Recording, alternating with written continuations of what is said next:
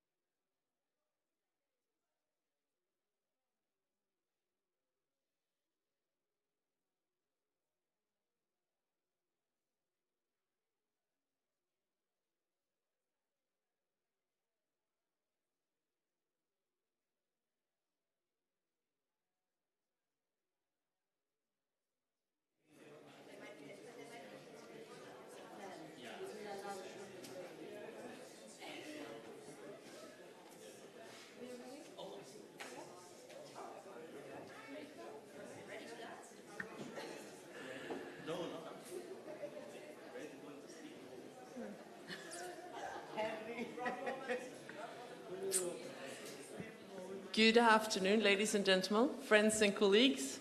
Welcome back after lunch. It's our job here at the panel today to keep you engaged and enthusiastic about this next session. In this session on places, networks and value chains, we're going to talk about elements that we did not talk enough about in the beginning of Smart Specialization. And I'm very happy we have it on this agenda, and I'm very happy and honored to share this session. We're going to discuss global value production, we're going to discuss inward and outward foreign direct investment, and we're going to discuss digital innovation and its impact on geography. As Peter mentioned this morning, the early Smart Specialization strategies were not outward looking enough. And I think we still kind of struggle to understand how to connect the regional ecosystems with the global value chains. And I must admit also I have sympathy with regional and even national practitioners who find this difficult to understand how to take it all in when you work on your regional innovation strategies. We have touched briefly upon it on these topics earlier today and also yesterday. And we started even off on Tuesday with a Smart Specialization worldwide event, which also clearly showed the connectivity and the importance of connectivity between all the 5 continents and what we are doing in Europe.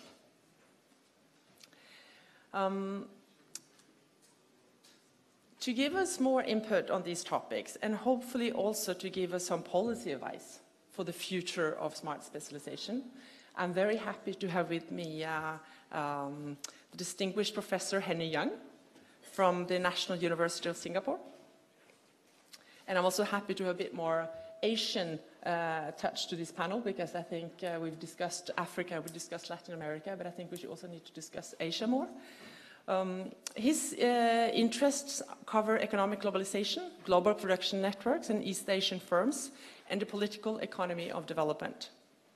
We also have Professor Simona Yamarino from London School of Economics, and her main research interests lie in the multinational corporations, location and innovation strategies, and the local impacts. So the geography of innovation and technological change. And then we also have Caroline Pona from OECD. Caroline is head of the Secretariat for the OECD Working Party on Innovation and Technology Policy at the Directorate for Science, Technology and Innovation of the OECD. She currently works on the implications of digital transformation for innovation policy across the OECD and on digital innovation and its impact on inclusive growth.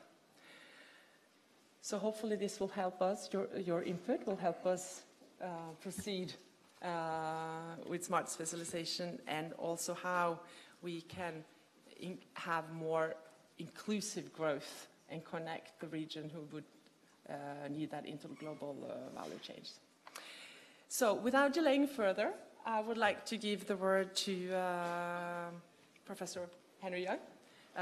We will have 20-25 minutes of presentation, and then we will have time for discussions and questions afterwards. Please. Right. First of all, thank you, Inga, for a very generous introduction, and thank you to the Joint Research Center and the Regional Studies Association for inviting and bringing me here. My first time to Seville, and probably, no, not first time to Spain, but certainly first time to this beautiful place. Equally hot as in Singapore. So, all right, as you can tell from the topic of my presentation, I come from the other side, so to speak, from someone who study, if you like, production networks on a global scale, and in so doing, try to relate this to regional development, and of course, for today's purpose, develop some implications for Smart Specialization. I'm not an expert in Smart Specialization, nor European regions, although I'm an economic geographer by training. I know many of you by person. I do read the literature, but having said that, I'm not an expert in the field, so that's my slight qualification. After a brief introduction, I will talk a little bit about the concept of value capture trajectory and strategic coupling. In so doing, help us to understand how, from a kind of academic literature, we understand regional development in the world of global production networks, or others will call global value chain. And then I will give you some examples of, from East Asia, the region, the part of the world I'm more familiar with, in understanding how regions can couple with global production networks, and spend a bit more time talk about implications in terms of policy, I suppose, because we have many practitioners here.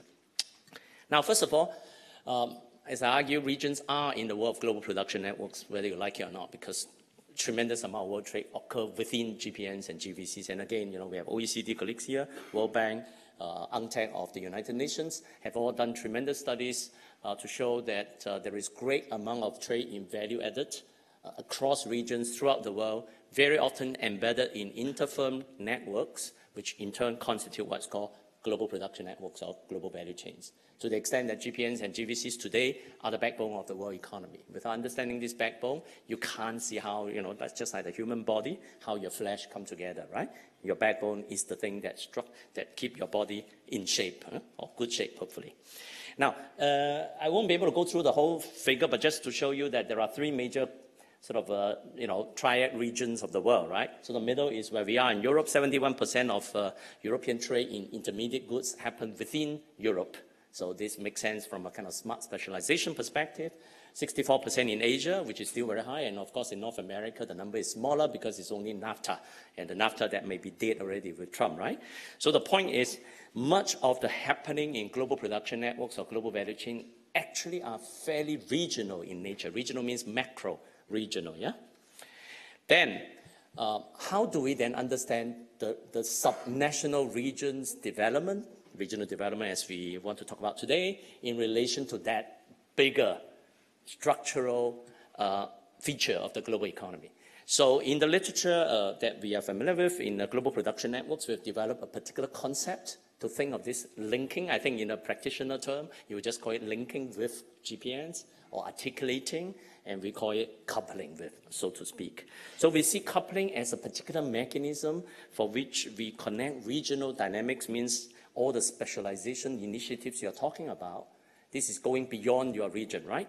To connect with what's called GPN imperatives. So what are some of those imperatives? I will outline a bit later on, in which it will help us to understand how regions can get into new markets or production arrangements, of course, those science and technology interests, new technological frontier, and sources of know-how. So this is, in that sense, how we go beyond thinking endogenously within the region to how regions can connect with, if you like, the external world, so to speak.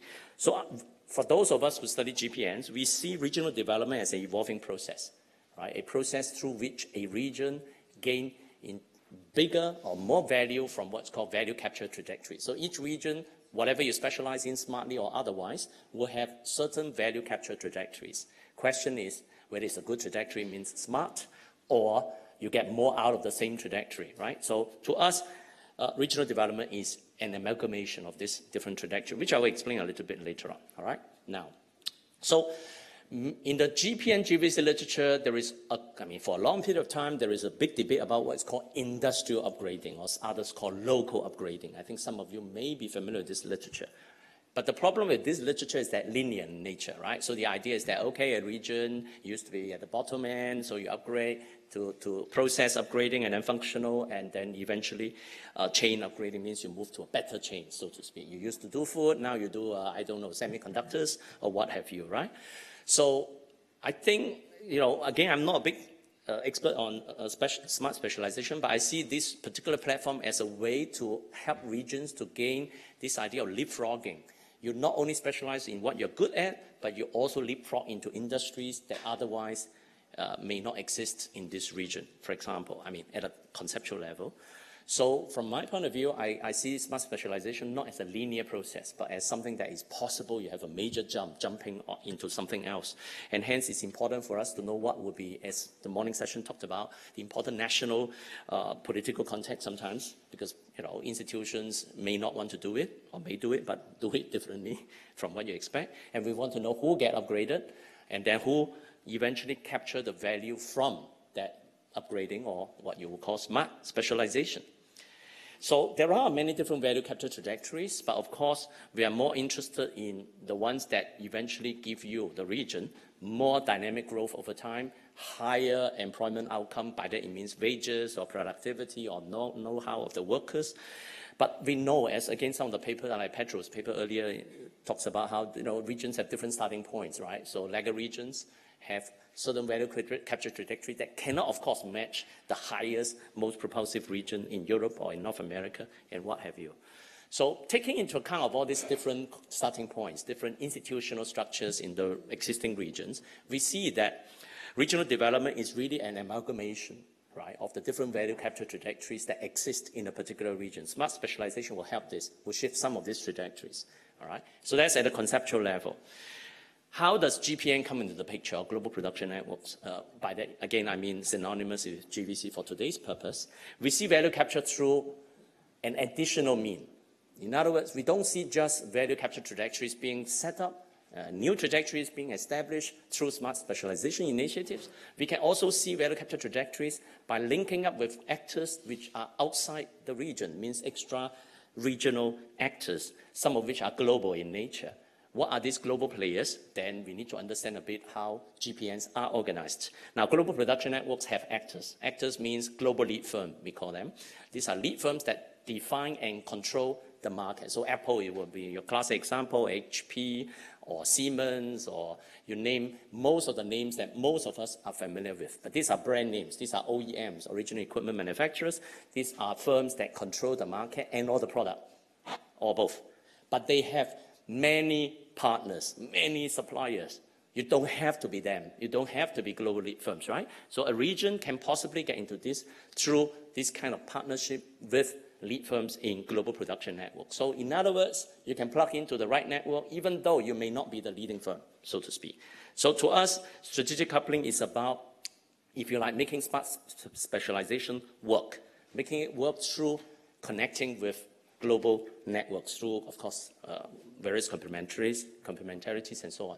So in GPN studies, we think of territorial dynamics, which are the smart specialization initiatives and the existing assets and institutional structures in the region. And these are all very important. Again, without them, there is no way you can think of strategic coupling. But just because you have this, it may not be enough. So in other words, you have a region that presumably is smart by definition, but may not grow well. So, as some of the earlier presentations show, you have wonderful local institutional coalition, but somehow the growth is not moving. One of which could be that you are not connecting with the right, if you like, network dynamics. The idea of right network dynamics is that there are propulsive reasons, competitive imperatives that global lead firms are pursuing. Sometimes it's to do with cost, sometimes it's to do with market access, sometimes it's to do with financial market dynamics and so on and so forth, that if the regional actors can play into those imperatives, we'll be able to gain a good foothold and eventually evolve over time with that particular lead firm and its global production network. So this is why regional development, in our point, research is a kind of connection between territorial and network dynamics. And I will just skip this very long detail in our book with Nilco at my university. Now, let me say a few words about how does coupling take place. Now, before I go further into the examples, today I'm only telling you the good examples, but I just want to say that coupling is not forever. Just because regions couple in a particular industry doing well doesn't mean it will be forever, all right? So there may be lock-in, as we all know. So there are dynamics of decoupling and, of course, as we call, recoupling. Now, these are just hypothetical directions that regions can, grow and like G, and over time go into decline, and then you can have a region that is H and I that started off declining but decouple from the existing trajectories, and then take on a new value capture trajectory, become I. So we recouple into new industries and do well over time. These are theoretical possibilities, but just mentally help us to appreciate. And there are those that decouple midway during the decline into a very different network, right? So that's J and K. These are just, again, bear in mind, theoretical possibilities. Now, let me say a few words about the examples I'm going to use in the semiconductor industry in East Asia, or in the ICT industry, in other words. So this is captured in my other piece of work with Cornell University Press, which is to do with how local and regional economy actors can work with GPN actors. So upgrading it here is not just about economic means growth, but also social upgrading in terms of the kind of jobs, productivity, know-how of the workforce in those regions. And the cases I'm talking about today is South Korea and Taiwan only. Of course, there is path dependency. I can give you many other examples in Asia, the race to the bottom, the kind of chasing after garment factories and become more exploitative of the labor workforce and so on and so forth. But again, given the short presentation I can have, I cannot go through all these examples. I just show you at least one example that works, and then we can discuss a bit. So in other words, just because I'm doing the couple example, the right example, doesn't mean that there are no vulnerabilities or disarticulations going on in many of our parts of the world, all right? Now, this is the map that shows you various regions in brackets.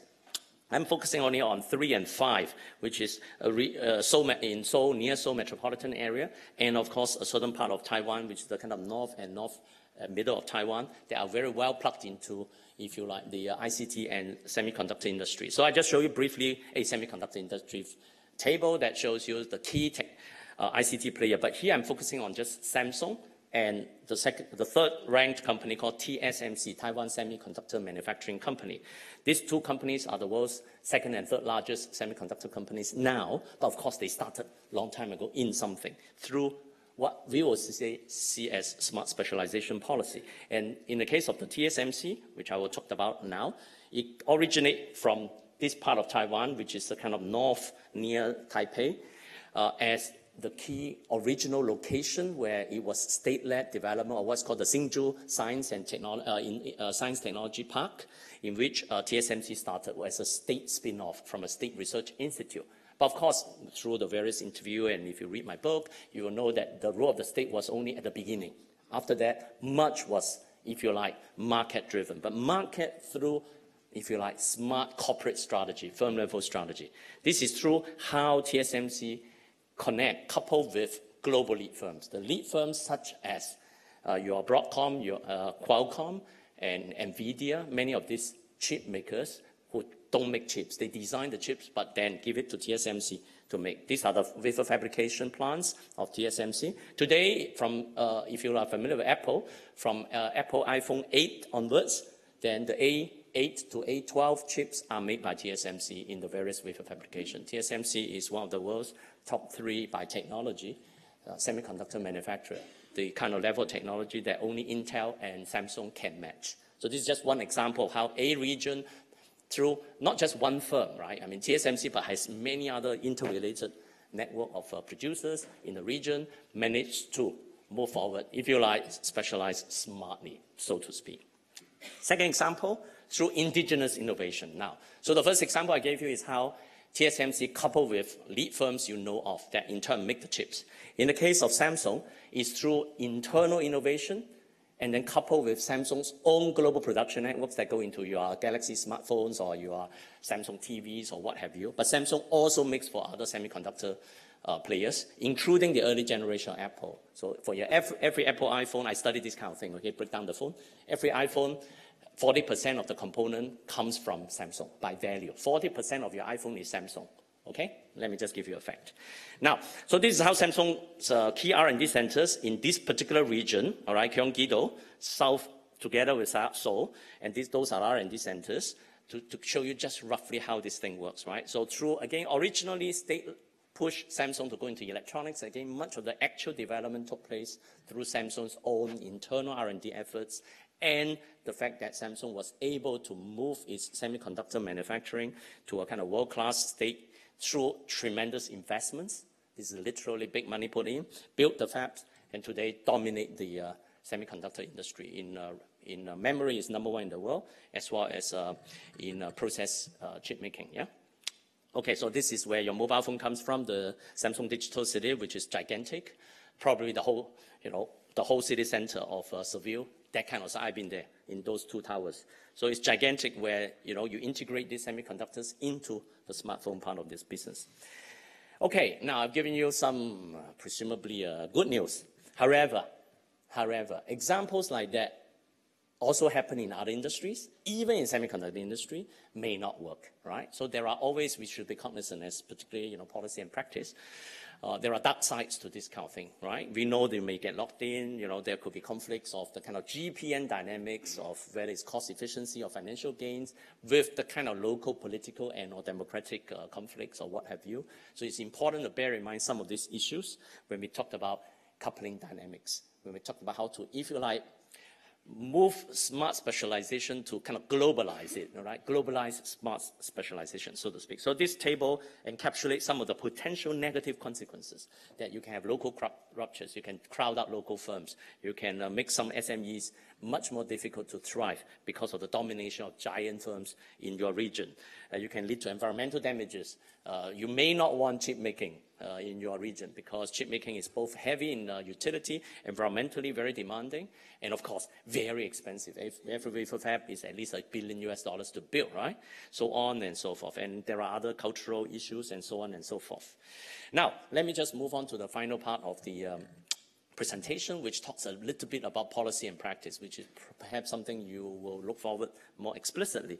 So let me start by, before talking about the policy recommendation, let me start with cautions, right? Cautionary tale. First is that don't think of coupling as universally workable, right? So again, in our recommendation, we have to look at how relevant are the regional, it's kind of no different from the way you assess smart specialization, right? How relevant are the regional assets for what kind of global industries that you can plug in? And are the costs of plugging in a lot more than the advantages of plugging in? Is it good to plug into that kind of industry? Is race to the bottom kind? Do you want it? No, you don't want it, right? Because you're already very developed, depending on where you are. All right, so if you want food, then do you want to go into the kind of low value added food industries, for example? That's one dimension of the caution. The other dimension, of course, is that regional institutions are always important, right? Because institutions are really what make things happen, so to speak. It could be business association, private-public partnership. Of course, it can be government authority, but could also be the kind of industry associations that set the standard, push the industry actors to move ahead. Because industry players may not want to listen to government, right? Industry players want to gang together, not in a collusion way, okay, hopefully, yeah? But to do things that advance the entire industry in this locality, and that matters. Farmers get together, very important, but they want something more than just growing up produce. They want something to bring more value to what they do. Fantastic, right? If they work with the government and it works well, very good. So I think the role of institutions will always be there to either mitigate the dark sides of GPN coupling, as I've just shown you, or to consider the local specificities in the region to achieve more balanced or equitable development outcomes that suit, the culture and the history of particular region. And we should also be mindful of regional variation, which I made the point already, so I don't want to go into great detail because, that's the key plank and most of you are familiar with this. But I will argue, I do not know, I have OECD here and, World Bank is not here, so I will argue for sector-specific industrial policy. I know this word might be dirty to some of you, but I come from the part of the world that we believe in industrial policy, all right, explicitly, like it or not, all right. So I think there is a role for sector-specific industrial policy because it's important that you don't just go into anything. You've got to know which sector you want to go in. For what purpose, and is it really good for this region or that region, and so on and so forth. Okay, so what are the policy considerations in this kind of world I'm painting, all right? I'm painting this world whereby the world economy has massive integration through production networks on a global scale, right? Through much inter-firm trade in intermediate goods as well as final goods. So first of all, we need to move away from thinking as, I want the whole industry value chain in my country or my region. Not possible, all right? Forget about it. Don't have a fully integrated industry in your region. It doesn't make sense. You specialize in the part that you're best at. That's first. And that's kind of no different from the conception of smart specialization, right? Smart specialization is a more territorialized concept. The concept I'm talking about is about vertical specialization. In the literature, it's called vertical specialization. In the value chain, vertically, you specialize in particular segment, like TSMC, making chips, like Samsung, making chips and pack it into your products. That's what you specialize in. You don't do everything else. Second, you have to recognize the need for detailed knowledges. Now, I think from my experience interacting with many policymakers in Asia who want to plug into what industry after learning about GP and GVC, is that I think you need to learn a great deal more about those industries in which you want to go into. You need to know the market. I mean, coming from Singapore, you know, we have a very active inward investment attraction agency called Economic Development Board. And our guys spend a lot of time trying to learn particular industry before we attract them and bring them to Singapore.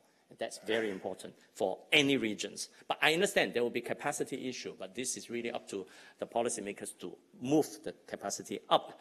Third, talking about capacity, you need to promote domestic capacity. But also, interestingly, don't go too inward.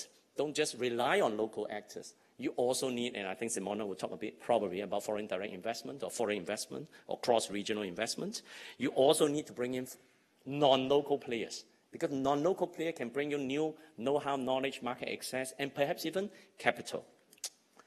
Finally, this is the final slide, you need to also think of global supply base. Now, by that, I don't mean completely global, but the idea is that you need to have supply base in the region. And as I said earlier, this cannot be done entirely by local players. Because if you can, you wouldn't need policy initiatives already, right? So the whole idea is that for development to take place, you need to look at the shortcomings of the existing capacity and supply base. And you cannot attract certain kind of industry if you don't have the supply base. So for iPhone to move back to Wisconsin, not possible, okay? It can only be done in where it's done, because the supply base is in Asia. The whole electronic supply base in the whole world is in Asia right now, like it or not. I've interviewed many semiconductor firms. Many semiconductor firms like Infineon and ST Microelectronics, NXP are from Europe, but even so, their wafer fabs in Europe are not performing well now, because the entire supply chain is based in Asia now. So even for high-end, you're talking about semiconductor chips, got to go Asia. Too bad, all right?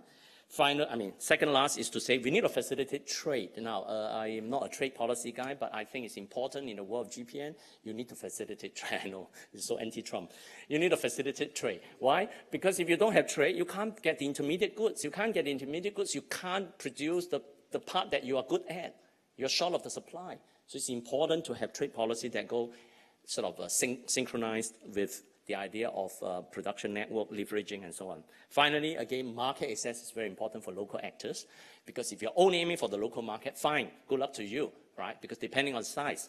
But if your local market is not good enough to support the kind of development you want to achieve, you need to get access elsewhere. Again, coming from a small country, everything we think is global. We cannot think of Singapore as global, nothing, all right? So everything we think of, but of course that biases my view on thinking about regional development. If I grew up in a small village somewhere in the beautiful part of Italy or Spain, maybe I will think everything local. But hopefully we don't, because we are here to think of the entire, in your case it's the entire Europe, and how we think of regional development, smart specialization in relation to plugging in, strategically coupling with global production networks. So on that note, thank you.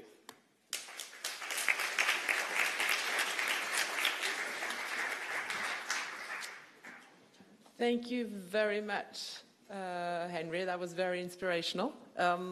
Before we take the questions to the end, I would like to invite Simona, when you're ready.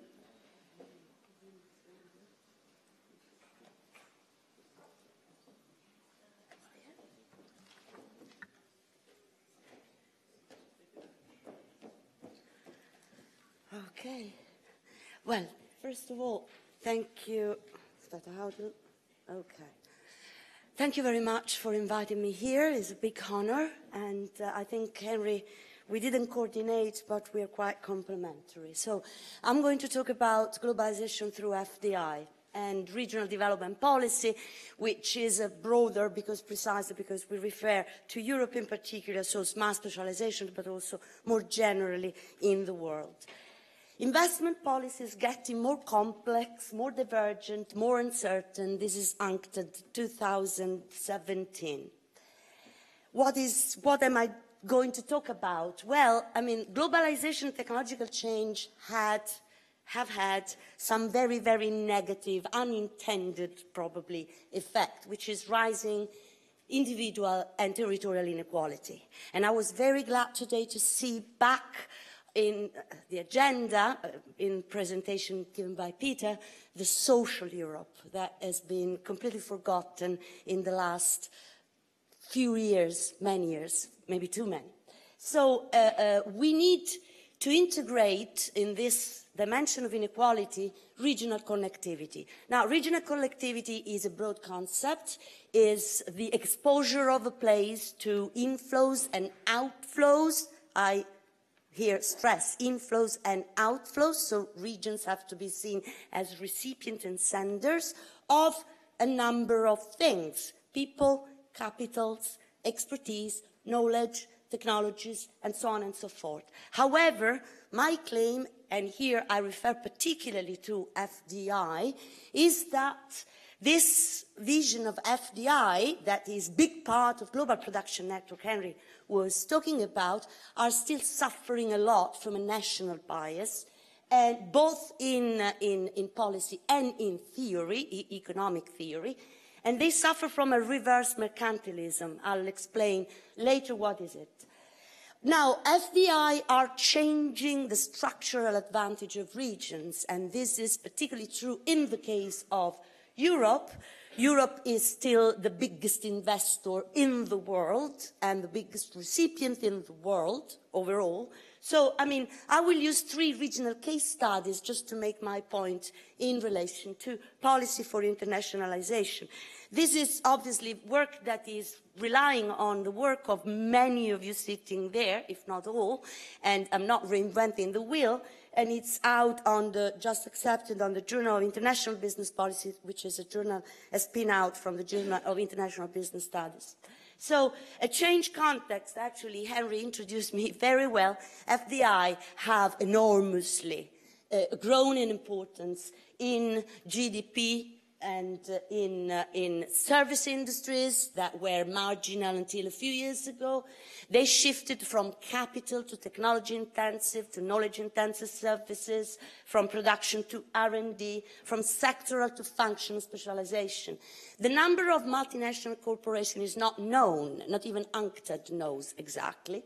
The latest estimate is more than 100,000, and subsidiaries and affiliates are probably more than 1 million. The growth, however, has been fed particularly by SMEs, and this is an important point. The geography has changed massively. For the first time in 2014, for the first time after the Second World War, the emerging and developing economies represent more than 50% of inflows and 40% of outflows. However, as Henry and others, today I attended a very interesting session on global value chains just before. I mean, it's still very regional. And so, I mean, Europe is still a lot integrated within Europe. Now, the literature on connectivity, geography of connectivity, is massive. I try to summarize in a slide. I do a quite wide review in the paper. And basically, the point is that as also learning from Henry, this internationalization and easiness of geography across national boundaries has been accompanied by strong agglomeration. The massive literature on agglomeration economies is actually quite lagging and sketchy on the dimension of connectivity. And so we know that regional advantages and regional structure change also as a consequence of this global connection and global capital. Recently, the literature, Lee and Bartelt, have shown that the cluster of origin of the firm is actually more important than the country of origin, while in theory and in practice we still tend to see advantage at the firm level as advantage of the country of origin, and attractor factors actually prerogative of the country of destination. We have put a lot of emphasis in the recent year on global cities. Global cities as gatekeepers, global cities as connector, global cities as those places that generate spillovers and therefore diffuse growth. Within the same country, however, and now, I mean, there is growing awareness, within the same country of this global city and city regions, there are many other cities, regions, places, industrial clusters that are facing big distress, tougher international competition, less and less nation-state protection. Many are seeing just destroying activities, destroying jobs, and therefore also a social and political tension. We had lots of examples, and I don't need to mention.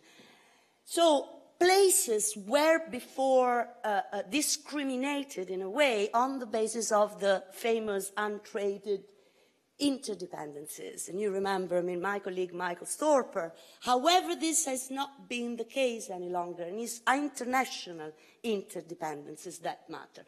Just to show you just an example, ignore that table. This is a work in progress that I have with Riccardo Crescenzi, Sebastiano Comotti and Jacopo Tagliabue on a big network analysis using FDI. And this is just to tell you, looking at the UK cities, London and the biggest cities and the capital of Scotland and Wales, the number of cities connected with London, 1,729, and the other UK city all put together 550. So, I mean, this means that there is a difference in connectivity that is quite massive. We are now developing an algorithm to weight this connection. The literature on policy for connectivity is very scarce, I would say. There are some seminal contributions, particularly in the early 90s, both in promoting inward and in promoting multinationalization of domestic firms. The rationale is clear from an economic theory perspective. You have asymmetries in information failure, and then you have to maximize inward flow. On the other side, you have that there is divergent interest, as Henry was mentioning, between private firms and social and economic objective of states. There is quite an extensive literature on just this theoretical aspect. On the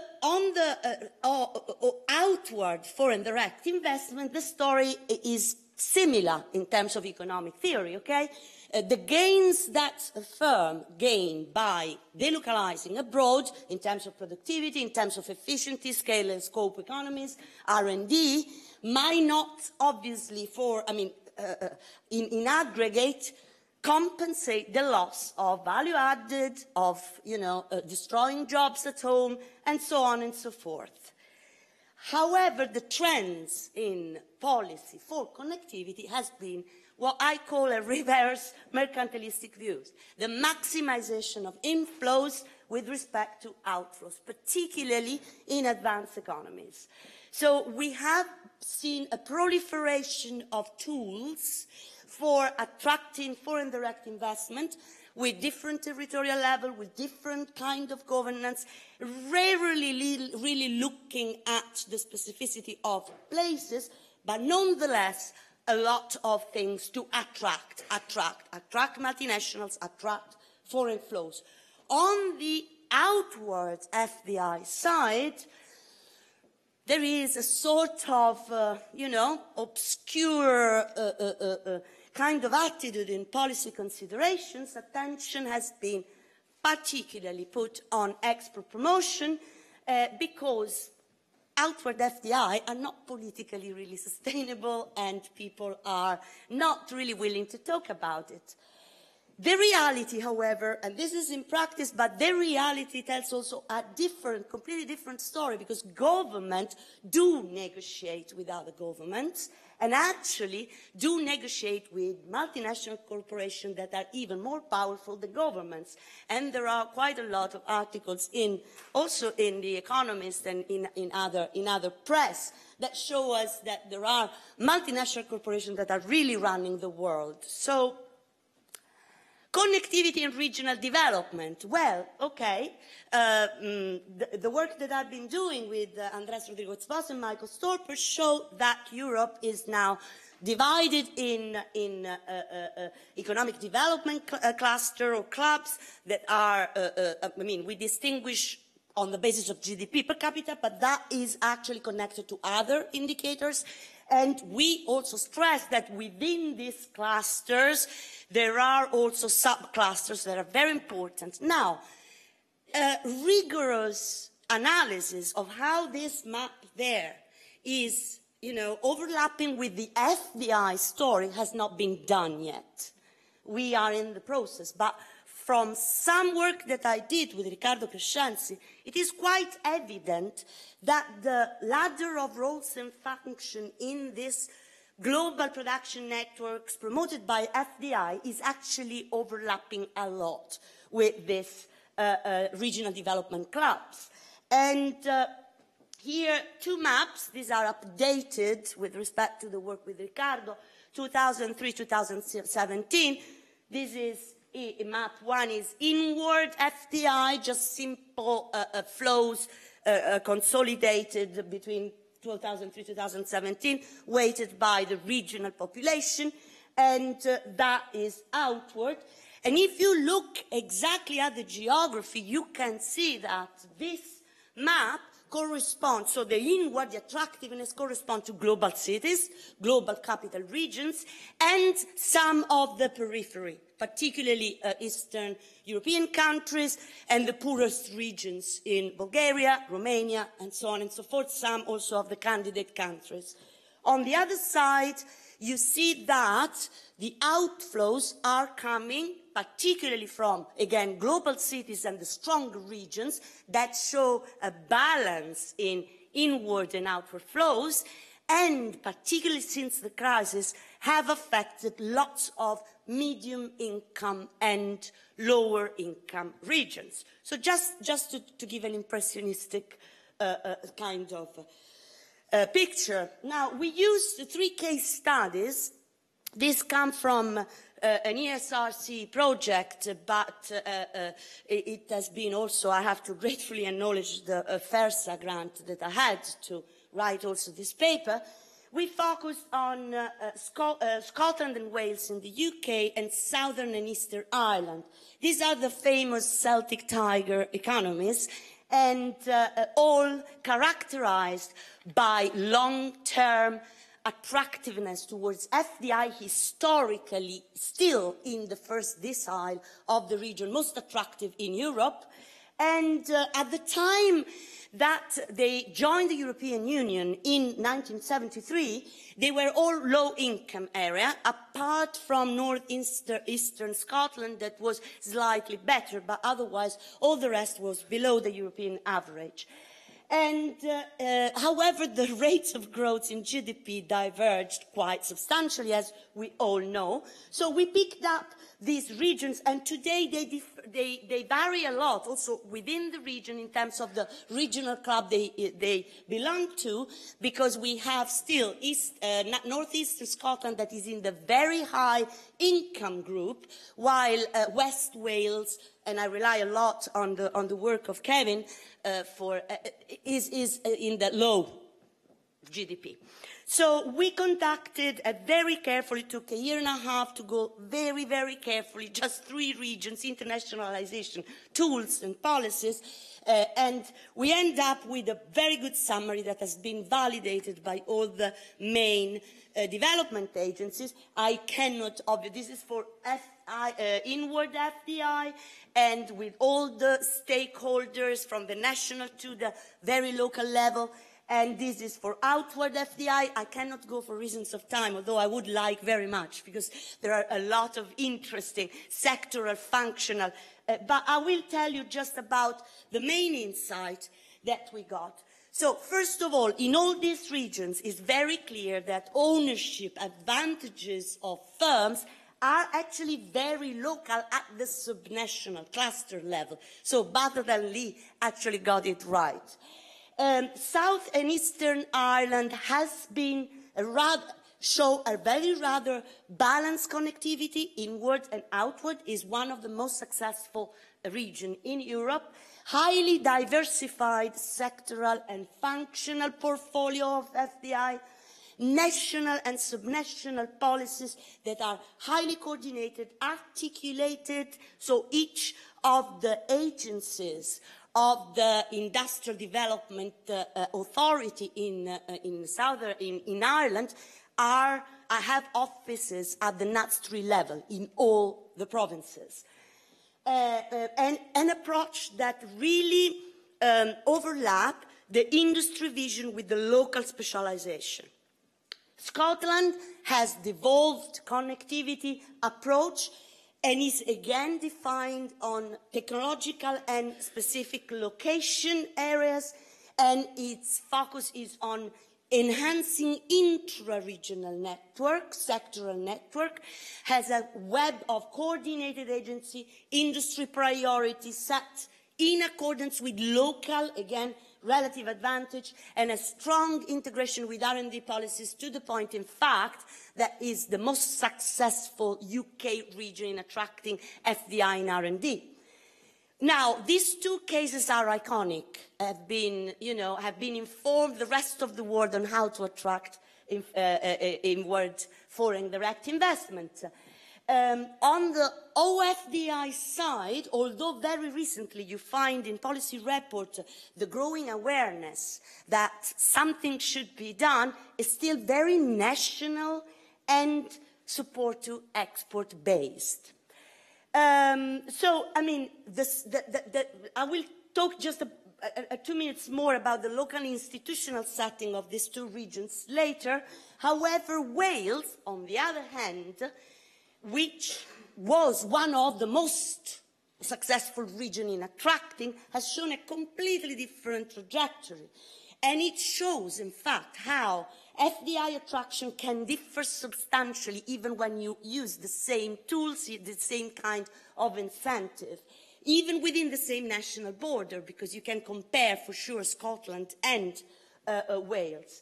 A fragmented institutional context, slacker inter-regional networks, reliance on maximization of attractiveness of FDI no matter what, and possibly up to a point generating more employment, but quality of employment doubtful. And I can tell you that between 1998 and 2008, they lost something like 35,000 jobs, 175 disinvestment from abroad. So, connectivity in smart specialization. I was trying, unfortunately, I'm here just for today, and I'm very, very sorry about it, but I was trying to pick up something on this, and there are some very timid examples, but, you know, I looked at the literature very, very carefully. I found a few exceptions, and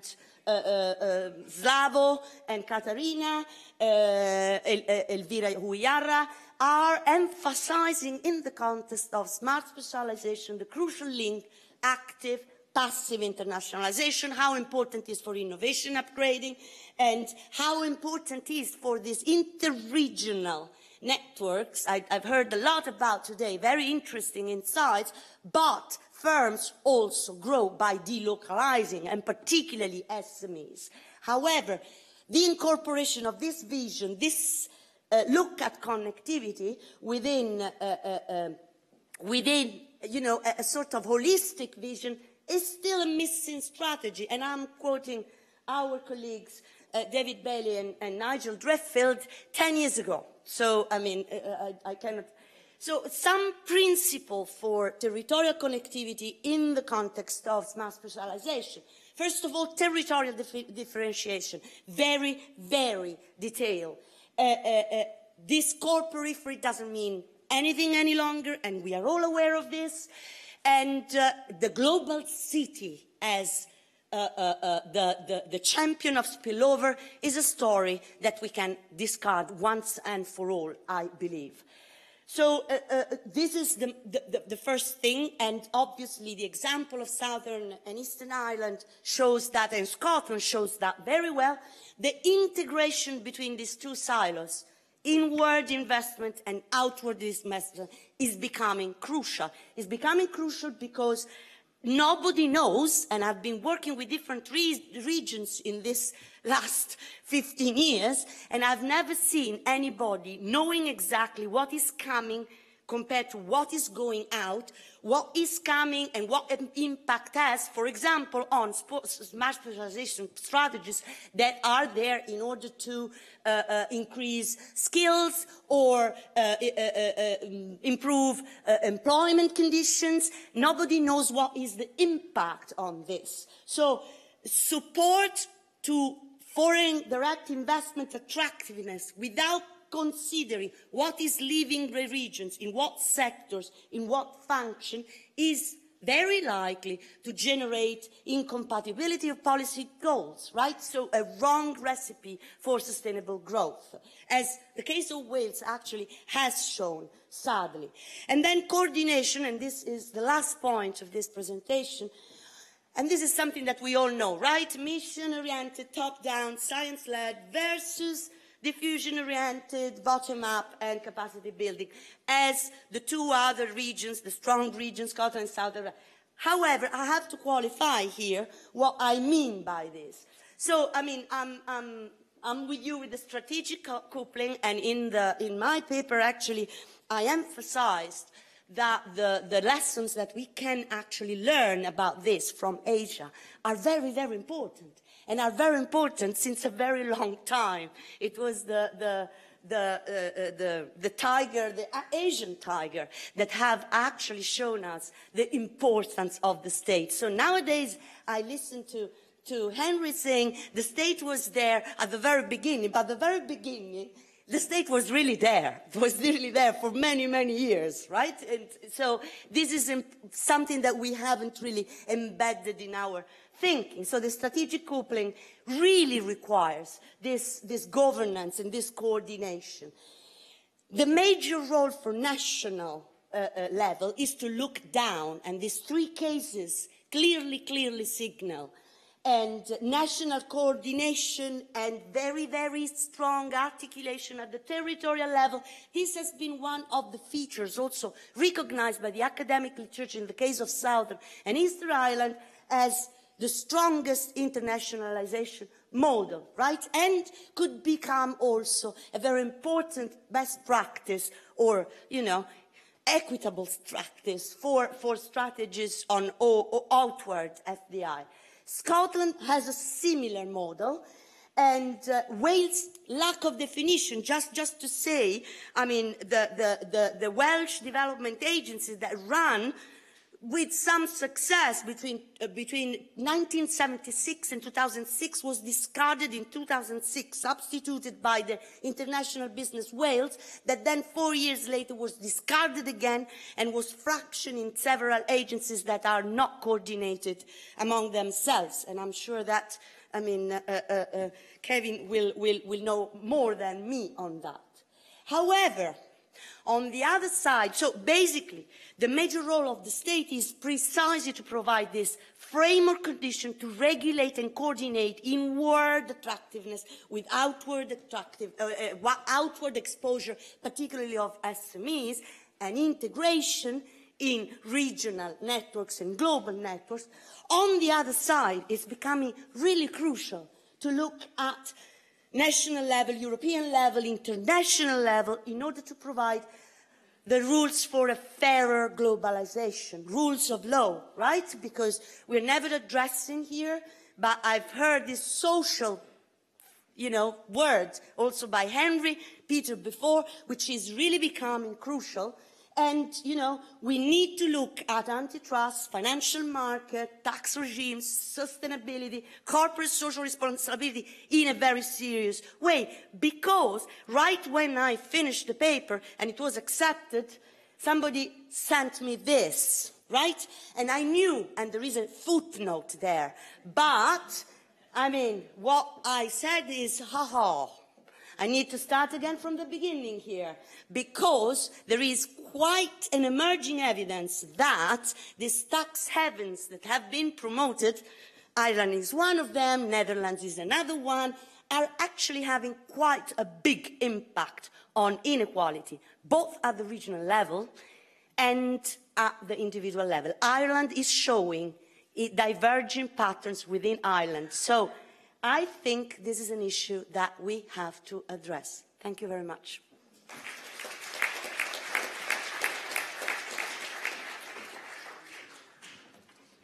Wonderful. Thank you so much, Simona, for very clear messages and enthusiastic sharing of this. I think we all got your points very well. Let's hear Pauline. Not Pauline. Corinne, before we take the questions, please.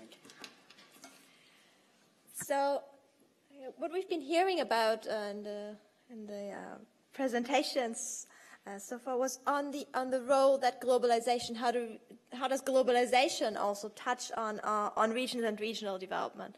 And what I want to be doing in my presentation is to focus on another development, which is the digital transformation that is affecting our economies and how that relates to the geography of innovation. And in particular, I'm going to be focusing on these four issues to give you a response to that overall question, which is first, like, well, looking into, well, what are some of the impacts of the digital transformation on innovation? How are processes changing in that context? Then I'll zoom in and how that matters for the geography of innovation. To then say a few words about, well, the co-location and the role of research play in that regional context, and I'll hint at a few questions and issues for policies right towards the end.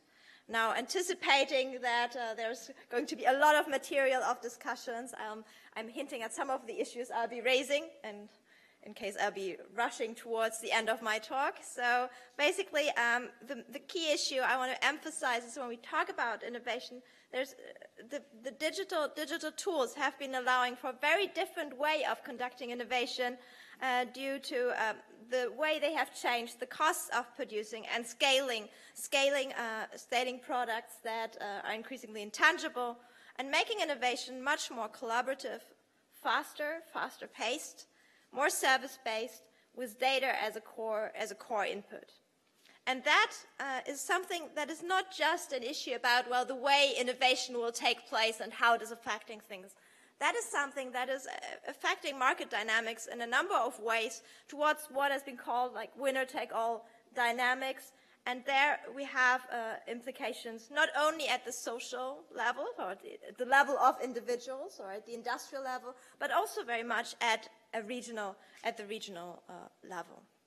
And in terms of those concentrations, that plays into really saying, well, distance is certainly not dead, the way it was announced at some point, but it makes the world a little more spiky, and I'll talk a bit what I mean by that.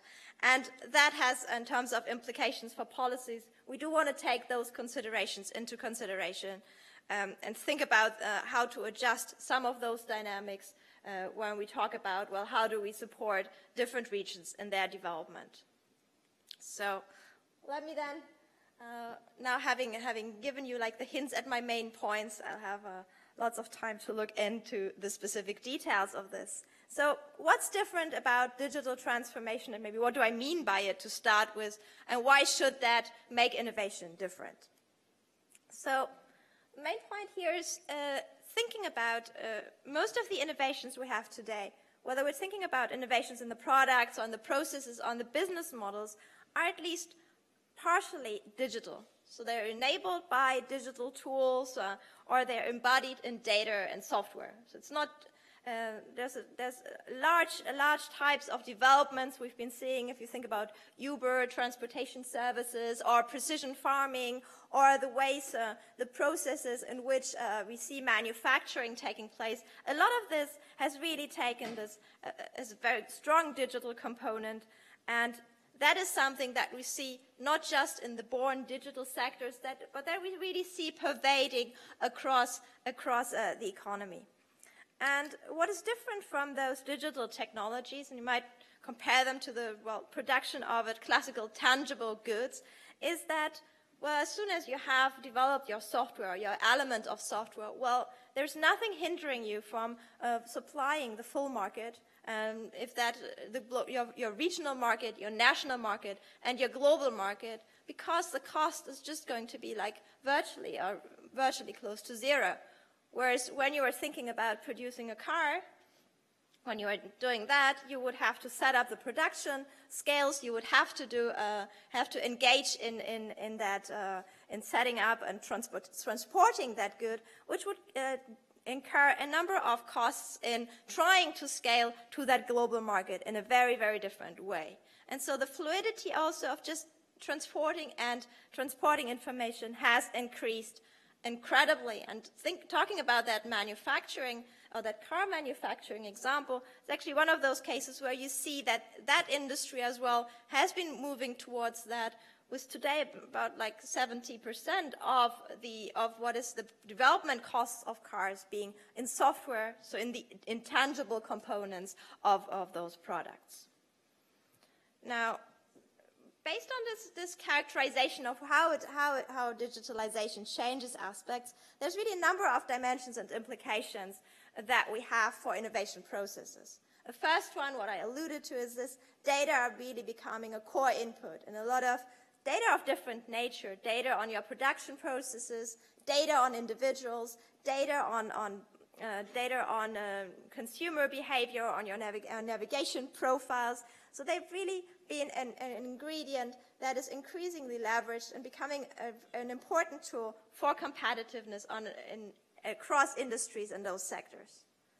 Another component is what I refer to here as servitization.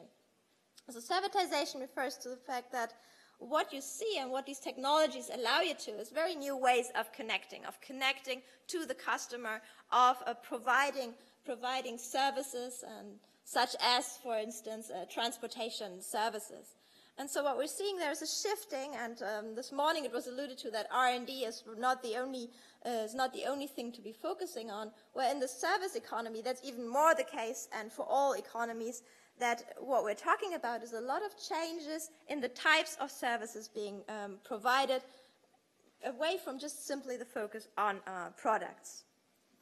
The other points that are important to note is that due to this scaling effects and the easier way of looking and sharing innovations, you also have much faster innovation cycles, and as you can launch products, you can test them much more easily, so you have much more of a versioning.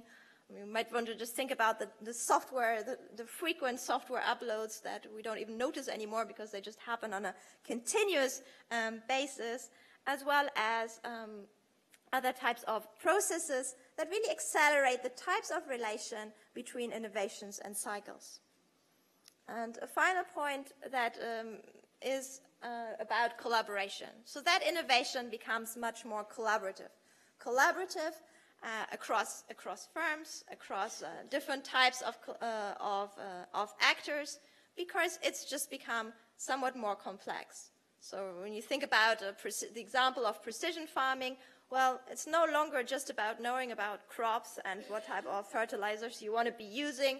It's also now combining it with how do you best exploit satellite information, how do you interpret that, and how do you put all of this together for your specific services. So that leads to a very different type of collaboration that was always important, but it gains a new dimension in this context. So I've been talking about, so that gives you a general overview of how the digital transformation really affects how innovation is taking place. Now, moving on to how it matters for the geography of innovation, again, it's down to this a very important property of knowledge, which is like once you have produced it, you can share it with all, and it comes to no cost to anybody else. So unlike the car, that if somebody uses your car, you can't use it anymore, that doesn't apply to software and other pieces of elements. And this is something that facilitates scaling at a level that we have not seen in the past, and really scaling at a global level. So we're talking a lot about, we're talking here about global value chains and the connectors. It's also driven by increasingly large companies and large corporations that can serve the full market in a much easier way than was the case before. And this is something that has distributional implications at all levels, so at the individual level, at the industrial, and at the regional level. This is just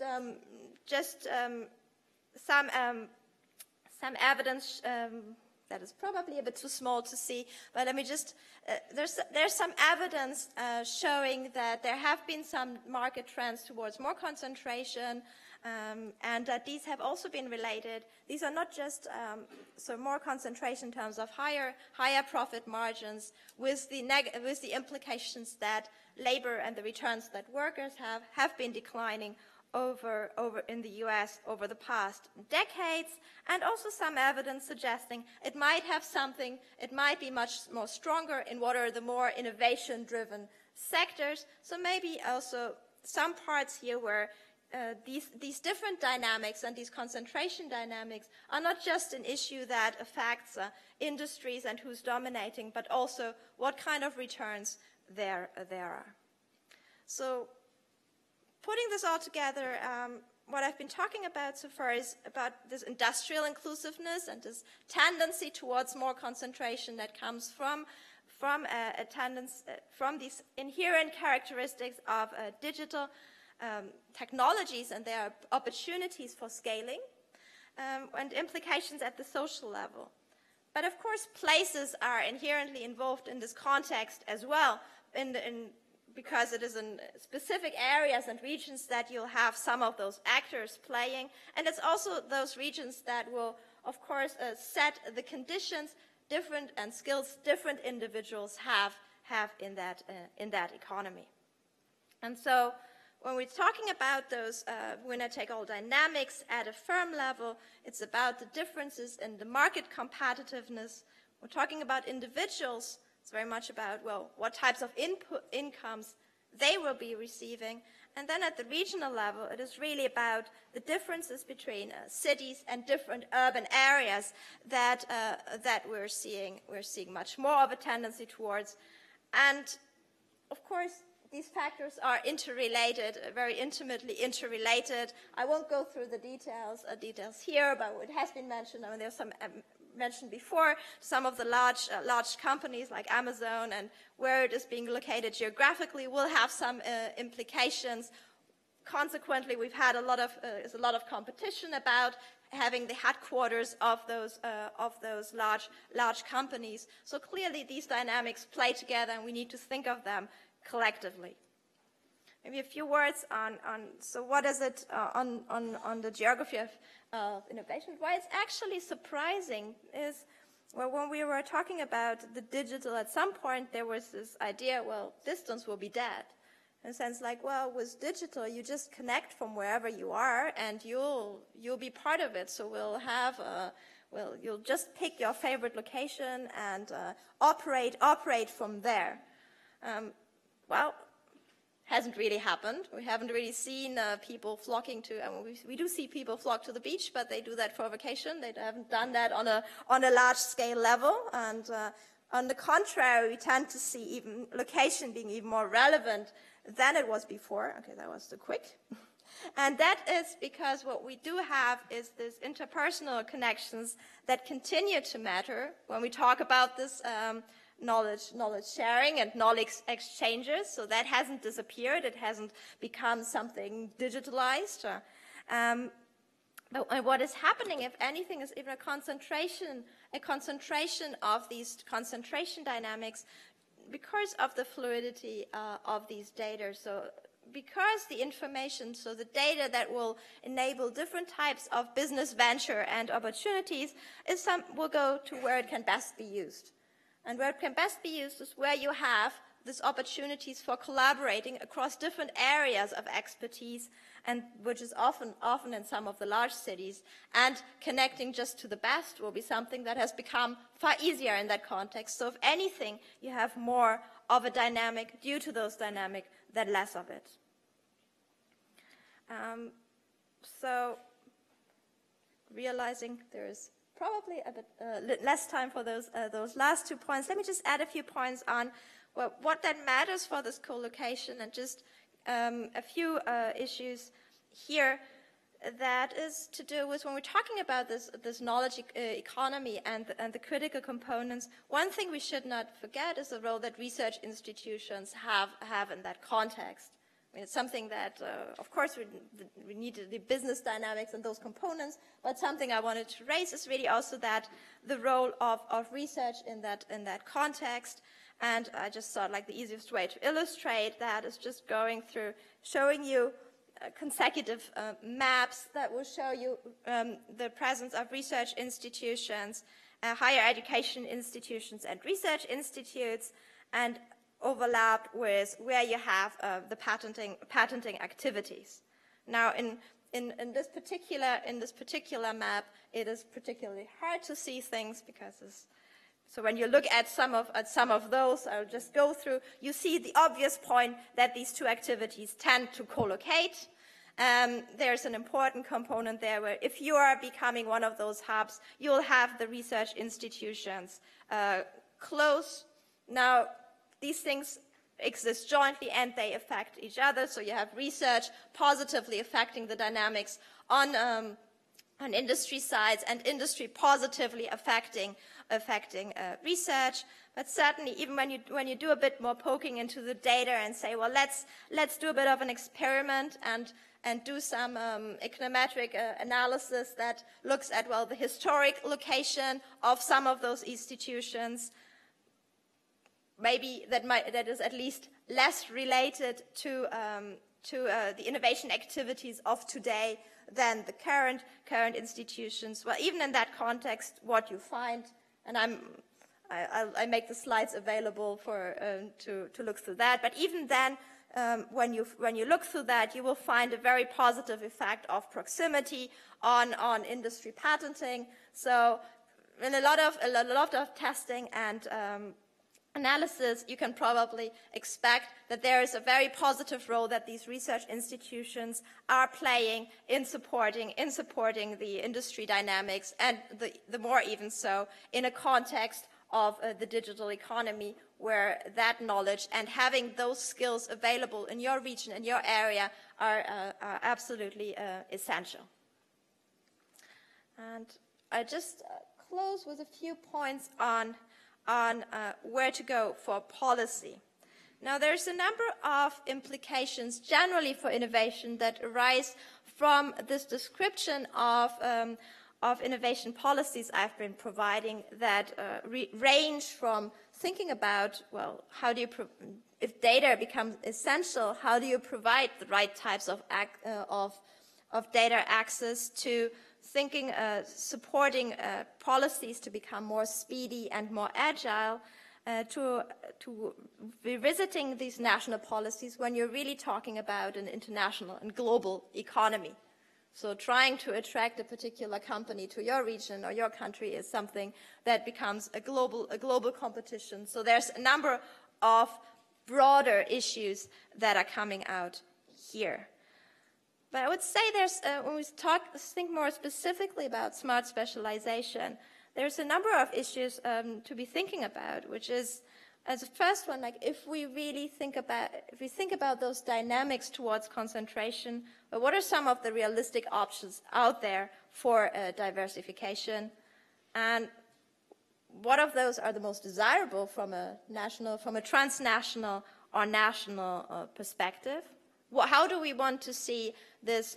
How do we want to see regions evolve in a context where there's a global competition? There's a global competition at different for being one of the hubs of this digital economy, and how can we do so with some of the tools that are being available, and thinking about tools that leverage some of the market drivers for innovation in the digital context. And here, just a few points. I realize that, yes, for my final 2 minutes, I will not be able to give you the answers to these three questions, but maybe just a few points is thinking, when we think about collaboration, and there I very much echo what was said by the speakers, previous speakers in this panel, we want to think about new features of this collaboration. So it's not about having everything within the region or trying to just develop that, but really connecting and reaching out much more. And what we see in terms of collaboration is really a multiplicity of new forms such as virtual platforms or connections in multidisciplinary forms that we do want to take on board when thinking about regional policies. And another point is also thinking about these research institutions and the roles we want them to take on in that context and to connect. So that magically leaves me at my final slide. And so really as a main point, we want to be thinking about how some of these fundamental changes to innovation will affect some of the market dynamics and give a new role to the geography of innovation that becomes relevant when we think about regions, and research institutions should play some role in that context. Thank you.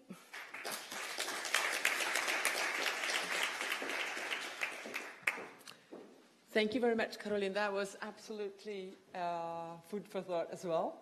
I would like to open for questions from the audience. If there's any, there must be. Start here, please. Right, thank you very much. Well, thank you for the excellent presentations. I thought they were all fantastic. I have a question for Simona and Henry. In fact, I have two questions. The first is on the role of fiscal policy, incentives, and special economic zones. Because, I mean, one of the narratives one might like to give to your three case studies is that there is one which is an exception. But I think more generally in looking to Southeast Asia in particular, I mean, this has been an important part of connecting or creating the space for connections.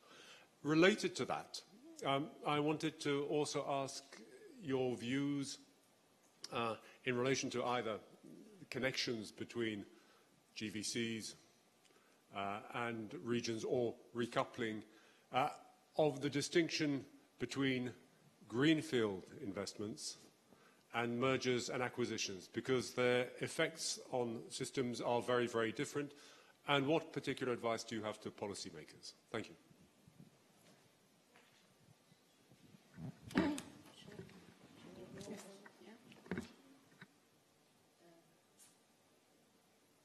Okay, thank you. Role of incentives, Peter. Precisely. I mean, the role of special areas.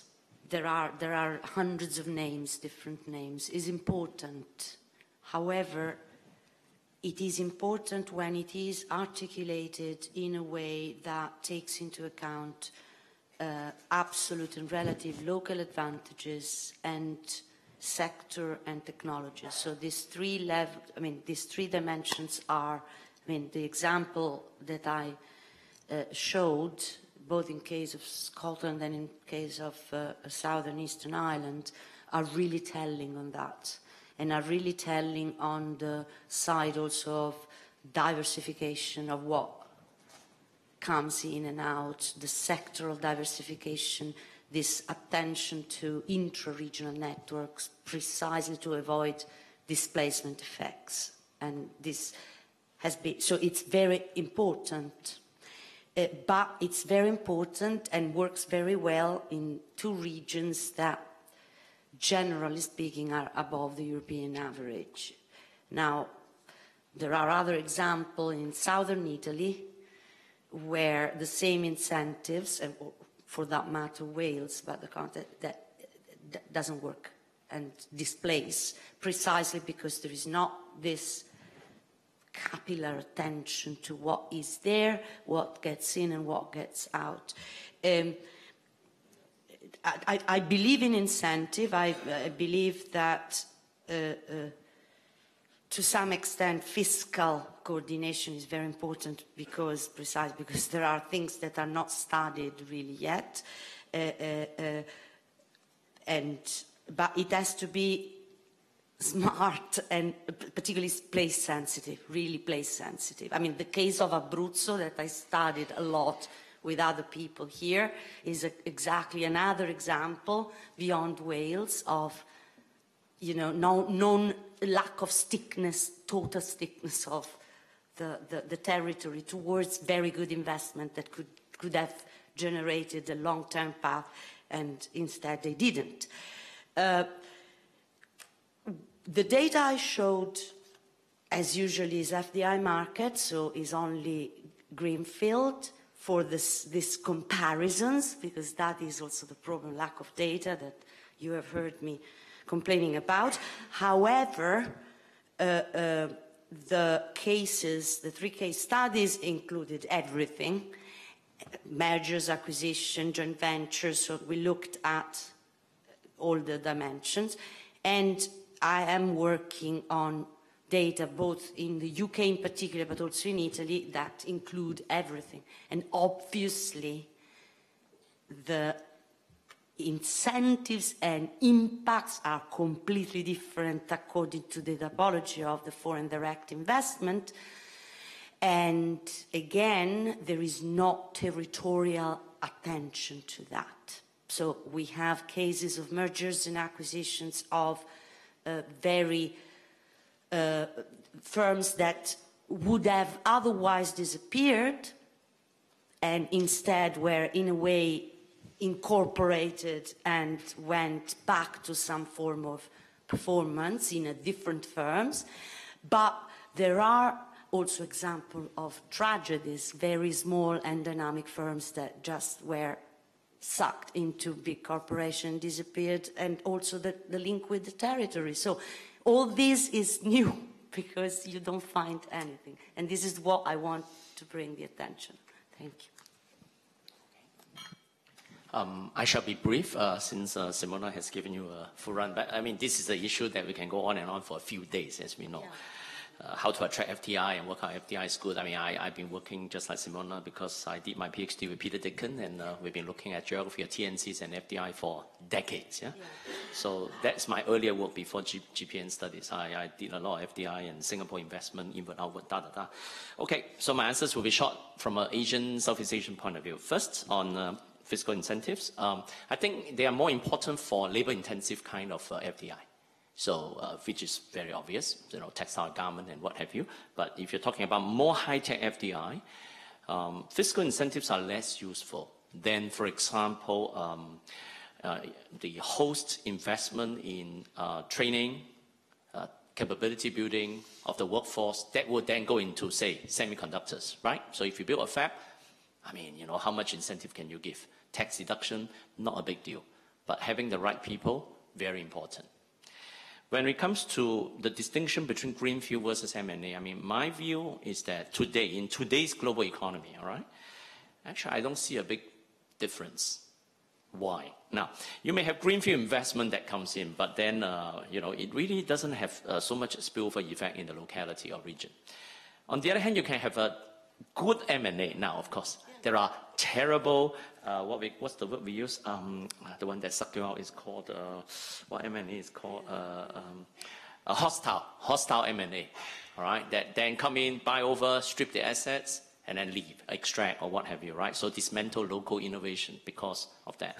But for the good M&As, they're not bad because you open up to new markets, new networks. So you can have, if you like, weaker local firms that are like quiet, but then being transformed. I mean, my sister-in-law worked for Micron from the US, semiconductors, acquire a fab in Taiwan, turn it into more successful fabrication as part of the Micron group. So in that sense, it's a good M&A. So of course, we cannot have a yes and no answer, but this is just to paint the picture. Thank you.